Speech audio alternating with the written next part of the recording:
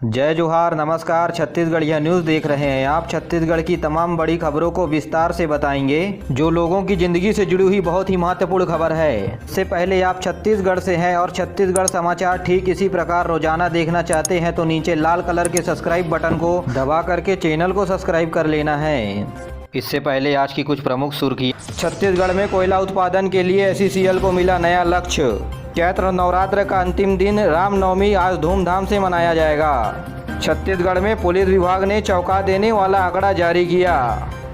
तो वहीं प्रदेश के 2-3 जगहों पर आज होगी बारिश। और प्रदेश में शिक्षकों के लिए 15 मई तक लगेंगे स्कूल। आइए अब जानते हैं खबर विस्तार से। छत्तीसगढ़ के सभी सरकारी स्कूलों में पहली से 8वीं तक के पढ़ने वाले बच्चों के लिए राज्य सरकार ने 15 अप्रैल के बाद ऐच्छिक अवकाश के लिए अनुमति दे दी है। यानी 15 अप्रैल के बाद जो बच्चा स्कूल आना चाहता है वो आएगा। प्रदेश में बढ़ते हुए गर्मी को देख करके राज्य सरकार ने यानी अपने मन के मुताबिक स्कूल जा सकेंगे। छोटे बच्चों के स्वास्थ्य को देखते हुए यह फैसला लिया है, लेकिन स्कूल में पढ़ाने वाले शिक्षकों को स्कूल जाना होगा जरूरी। इस विषय में छत्तीसगढ़ के संचालनालय के द्वारा आदेश जारी कर दिया गया है। ये शैक्षणिक सत्र 30 अप्रैल तक चलेगी। इसके बाद 1 मई से 15 मई के बीच शैक्षणिक कार्यक्रम चलाए जाएंगे। खैरागढ़ उपचुनाव के लिए प्रचार प्रसार अब जोरों शोरों से चल रहा है। राजनीतिक दल लोगों के बीच जाकर के अपनी बात रख रहे हैं। इसी कड़ी में मुख्यमंत्री भूपेश बघेल छुईकदान में रोड शो करते हुए पार्टी के प्रत्याशियों के लिए वोट मांगा। वहीं भाजपा पार्टी के प्रदेश अध्यक्ष विष्णुदेव साय ने 12:30 में लोगों से मिला। इधर खैरागढ़ उपचुनाव में भाजपा कार्यकर्ताओं ने आरोप लगाया है चुनाव से पहले मतदाताओं के लिए लाए गए साड़ी और शराब पकड़ी गई है। छत्तीसगढ़ के गृह विभाग ने एक बड़ा आंकड़ा प्रस्तुत किया है और बताया है कि पिछले 9 महीने में 360 आतंकवादियों ने आत्मसमर्पण किया है। वहीं सुरक्षा बलों के साथ पिछले 9 महीने में हुए 20 मुठभेड़ में 14 नक्सली मारे गए हैं और इन माओवादियों के ऊपर कुल 33 लाख रुपए का इनाम घोषित था। और 9 महीने के दौरान 81 नक्सलियों को गिरफ्तार करने की सफलता पुलिस को मिली है, जिसमें 18 इनामी नक्सली शामिल हैं। और पिछले 5 महीने के दौरान 20 AK-47 और गोला बारूद भी बरामद किया गया है। और सुकमा जिले के नक्सल प्रभावित 4 जगहों पर जवानों सहित सुरक्षा कैंप भी खोला गया है। भिलाई इस्पात संयंत्र के खानों में विभिन्न वर्गों के लिए खान पर्यावरण खनिज संरक्षण के क्षेत्र में 13 अलग अलग पुरस्कार जीते हैं। भारतीय खान ब्यूरो के द्वारा रायपुर में पिछले सप्ताह खनिज सप्ताह मनाया गया और सप्ताह के अंतिम दिनों पर नवा रायपुर में पुरस्कार वितरित किए गए और विभिन्न खनिज संगठनों ने अंतिम दिन प्रदर्शनी भी लगाई थी। जांजगीर चांपा के शिवरी नारायण में इन दिनों मानस गायन प्रतियोगिता का आयोजन किया जा रहा है। प्रतियोगिता के दूसरे दिन डॉक्टर चरण दास महंत शामिल हुए। बीते दिनों पार्श्व गायिका अनुराधा के द्वारा भक्ति गीत प्रस्तुत किया गया और पद्मश्री अलका चंद्राकर ने भी अपने गीतों से लोगों का समा बांधे रखा। और इस मानस मंडली प्रतियोगिता में पूरे देश से चुनी गई 25 जिलों के 350 से ज्यादा कलाकार शामिल हुए हैं। तो वहीं आज मुख्यमंत्री भूपेश बघेल राम वन गमन पथ के माध्यम से विकसित की गई नई चीजों का लोकार्पण करेंगे। इस स्थान पर करीब 6 करोड़ रुपए की लागत से मंदिर परिसर का उन्नयन, सौंदर्यीकरण, दीप स्तंभ तथा रामायण इंटरप्रिटेशन समेत विभिन्न विकास कार्य किए गए हैं। इस अवसर पर मुख्यमंत्री रामायण गायन प्रतियोगिता के विजेताओं को पुरस्कृत भी करेंगे।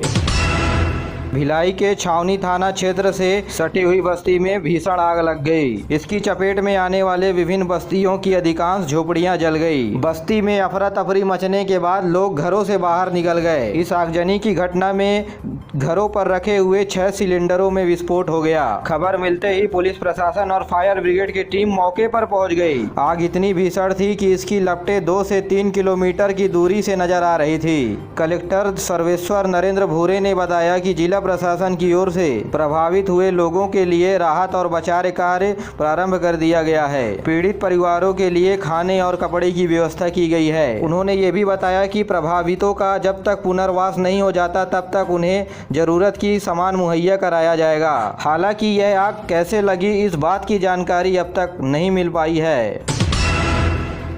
दुर्ग जिले के उरमरिया को राष्ट्रीय ICT पुरस्कार से सम्मानित किया गया है। केंद्रीय शिक्षा राज्य मंत्री अन्नपूर्णा देवी ने नई दिल्ली में हुए कार्यक्रम में पूनम उरमलिया को मेडल और प्रमाण पत्र दिया गया है। समारोह में उन सभी स्कूली शिक्षकों को पुरस्कृत किया गया जिन्होंने सूचना और संचार तकनीक का प्रयोग करके बच्चों के लिए शिक्षा आकर्षित बनाया है।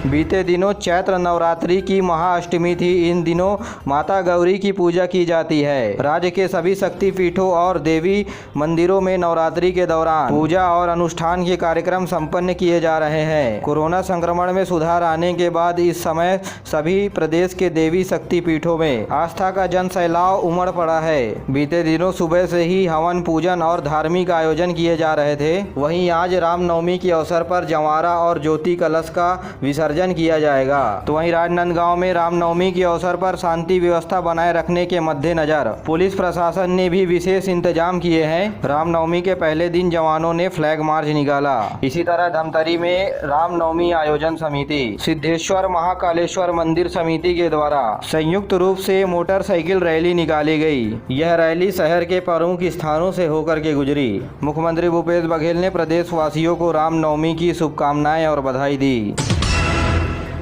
बिलासपुर में कल से ऑल इंडिया हॉकी टूर्नामेंट शुरू हो गया है। इस प्रतिस्पर्धा में 20 राज्यों से कुल 30 टीमें हिस्सा ले रही हैं, जहां पुरुष वर्ग की 16 टीमें और महिला वर्ग की 14 टीमें शामिल हैं। वन मंत्री मोहम्मद अकबर ने भरतराई स्टेडियम में इस आयोजन का शुभारंभ किया। और अब पेश है मौसम का हाल। राज्य में उत्तर और दक्षिण की ओर से हवाएं आ रही है। इसकी असर से प्रदेश में कल 1-2 स्थानों पर हल्की बारिश होने या गरज चमक के साथ छींटे पड़ने की संभावनाएं हैं। प्रदेश की अधिकतर और न्यूनतम तापमान में विशेष परिवर्तन होने के आसार नहीं है। राज्य में उत्तर इलाके से अधिकतम तापमान में वृद्धि होने की संभावनाएं हैं। वहीं छत्तीसगढ़ के सरगुजा संभाग में 1-2 स्थानों पर लू जैसे हालात बन सकते हैं। कोयला प्रोडक्शन के लक्ष्य प्राप्त नहीं कर पा रहे SCCL को साल 2022-23 के लिए नया लक्ष्य मिल गया है। अब नए लक्ष्य के मुताबिक 182 मिलियन टन कोयले का उत्पादन SCCL को करना होगा। ऐसे में पिछले साल की 172 मिलियन टन कोयला उत्पादन की लक्ष्य को पूरा नहीं कर पाने के बाद SCCL के सामने ये बड़ी चुनौती होगी। पिछले साल SCCL को 172 मिलियन टन का लक्ष्य मिला था, जहाँ कोयले की आपूर्ति मात्र 155 मिलियन टन ही पूरा कर सकी थी। SCCL की जमीन मुआवजा और वेतन और प्रमोशन जैसे मुद्दे को लेकर के भी विवाद बना हुआ है। SCCL की माने तो प्रमुख उत्पादन क्षेत्र गेवरा कुसमुंडा द्वीप का पिछले साल के उत्पादन का 2/3 लक्ष्य पूरा करने के लिए कहा गया है। मुख्यमंत्री भूपेश बघेल ने 1 महीने के लिए 10 पैसेंजर ट्रेनों को रद्द करने के लिए फैसला लेने पर इस फैसले को बदलने के लिए विनती की है। अपने ट्वीट में मुख्यमंत्री ने लिखा है कि जो ट्रेनों को 1 महीने के लिए बंद किया जा रहा है, उसमें से 8 रेलगाड़ी छत्तीसगढ़ से होकर के जाती है। मुख्यमंत्री ने कहा है कि इस रेलगाड़ी के बंद होने से स्थानीय लोगों को समस्याओं का सामना करना पड़ेगा। रेल मंत्रालय से इन गाड़ियों के बदले कुछ विशेष ट्रेन चलाने की विनती की है। राज्य सरकार ने महाविद्यालयीन परीक्षाओं को ऑनलाइन लेने का निर्णय लिया है, जिसे लेकर के बेमेतरा स्नातकोत्तर महाविद्यालय में परीक्षा लेने के लिए तैयारियां शुरू हो गई है। इस संबंध में कॉलेज के प्राचार्य PP शर्मा ने बताया, महाविद्यालय की ओर से विश्वविद्यालयों के निर्देशों पर कॉलेजों में परीक्षा हेतु रेगुलर और प्राइवेट परीक्षार्थियों के लिए उत्तर पुस्तिका का वितरण किया जा रहा है और परीक्षा ऑनलाइन मोड में आज से शुरू हो जाएगी। देश में CMAI की रिपोर्ट जारी की गई है और इस रिपोर्ट के तहत छत्तीसगढ़ में बेरोजगारी दर का आंकड़ा शेयर किया गया है, जिसमें बताया गया है कि छत्तीसगढ़ का बेरोजगारी दर 0.6% है, यानी 1% से भी कम छत्तीसगढ़ की बेरोजगारी दर है। CMAI की रिपोर्ट में CM भूपेश बघेल ने कहा कि छत्तीसगढ़ में बेरोजगारी दर संतोषजनक है। छत्तीसगढ़ में बेरोजगारी की दिशा में हम लगातार काम कर रहे हैं। छत्तीसगढ़ में हम रोजगार की दिशा में लगातार काम कर रहे हैं। सरकार की योजनाएं कहीं न कहीं लोगों को लाभ दिला रही है। आपको बता दें कि छत्तीसगढ़ प्रदेश पूरे देश में रोजगार देने के मामले में नंबर 1 है। जी हाँ, प्रदेश में लगातार सरकार की गोधन न्याय योजना, मजदूर न्याय योजना, गुठानों के माध्यम से आंगनबाड़ी कार्यकर्ताओं को मिल रहे काम एवं युवा मितान क्लब छत्तीसगढ़ में रोजगार मिशन का गठन किया गया है और प्रदेश में लगातार इकाइयां नई स्थापित की जा रही है। इन सभी पैमानों पर छत्तीसगढ़ में बेरोजगारी दर कम हुआ है। साथियों, आप इसके बारे में क्या सोचते हैं, नीचे कमेंट करके जरूर बताएं।